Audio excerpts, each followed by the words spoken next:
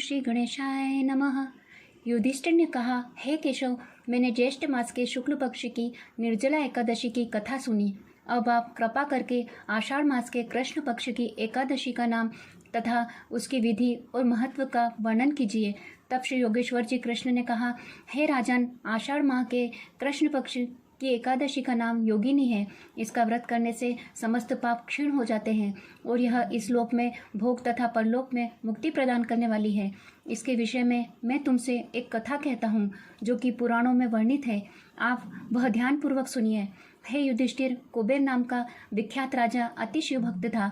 वह अलकापुरी नगर में राज्य करता था। उसके यहाँ पूजा के निमित्त फूल लाने वाला माली हेममाली नाम का यक्ष था।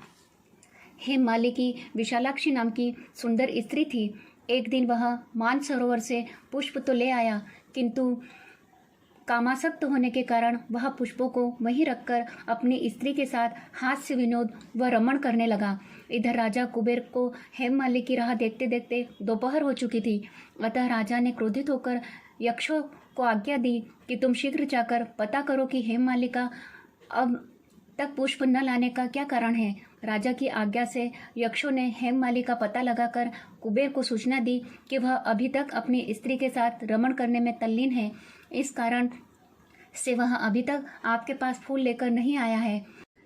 यक्षों की बात सुनकर कुबेर ने हेममाली को उपस्थित करने की आज्ञा दी। राजा की आज्ञा से हेममाली डरता कांपता राजा के सम्मुख उपस्थित हुआ।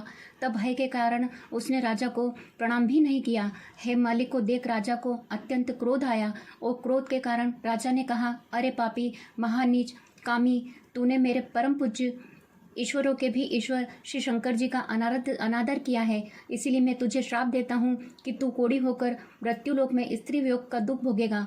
कुबेर के श्राप के प्रभाव से हेममाली उसी क्षण पृथ्वी पर आ गिरा और कोढ़ी हो गया तथा उसकी स्त्री भी उसी क्षण उससे अंतर्ध्यान हो गई। वह मृत्युलोक में आकर अत्यंत दुख भोगने लगा, किंतु शिवजी की भक्ति के प्रभाव से उसकी बुद्धि मलिन नहीं हुई थी। वह अपने पूर्व जन्म के कर्मों का स्मरण करता हुआ हिमालय पर्वत की ओर चल दिया। तब वह कुछ दिन मार्ग में चलने के पश्चात मार्कंडेय मुनि के आश्रम पर पहुंचा। वह ऋषि अत्यंत तपशाली और वृद्ध थे। उनका वह आश्रम ब्रह्मा की सभा के समान शोभायमान प्रतीत हो रहा था।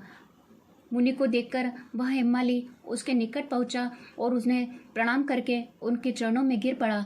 मार्कंडेय मुनि ने हेममाली को देखकर पूछा, तूने ऐसा क्या कर्म किए हैं जिसके कारण कोढ़ी होकर तू महान दुख भोग रहा है।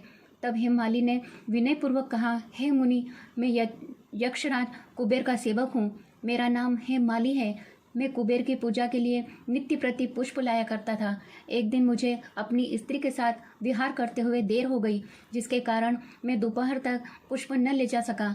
कुपित होकर राजा ने मुझे श्राप दिया कि तू कोढ़ी होकर मृत्युलोक में स्त्री वियोग का दुख भोगेगा। मेरे कोढ़ी होने और दुख उठाने का यही कारण है। हे मुनि, कृपा करके आप मुझे कोई ऐसा उपाय बताइए जिससे मेरी मुक्ति हो। मार्कंडेय मुनि ने कहा, हे माली, यदि तू आषाढ़ माह के कृष्ण पक्ष की योगिनी नामक एकादशी का व्रत करे तो अवश्य ही कल्याण होगा। मुनि के कहने पर हेममाली ने विधि अनुसार योगिनी एकादशी का व्रत किया, जिसके प्रभाव से वह अपने स्वरूप को प्राप्त हो अपनी स्त्री के साथ विहार करने लगा। हे राजन, इस व्रत के करने का फल 88,000 ब्राह्मणों को भोजन कराने के फल के समान होता है, जिससे समस्त पाप नष्ट होकर स्वर्ग की प्राप्ति होती है। यदि आप और भी तीज त्योहार से संबंधित कथा एवं कहानी सुनना चाहते हैं तो कृपया सब्सक्राइब जरूर कीजिएगा। धन्यवाद। जय श्री कृष्ण।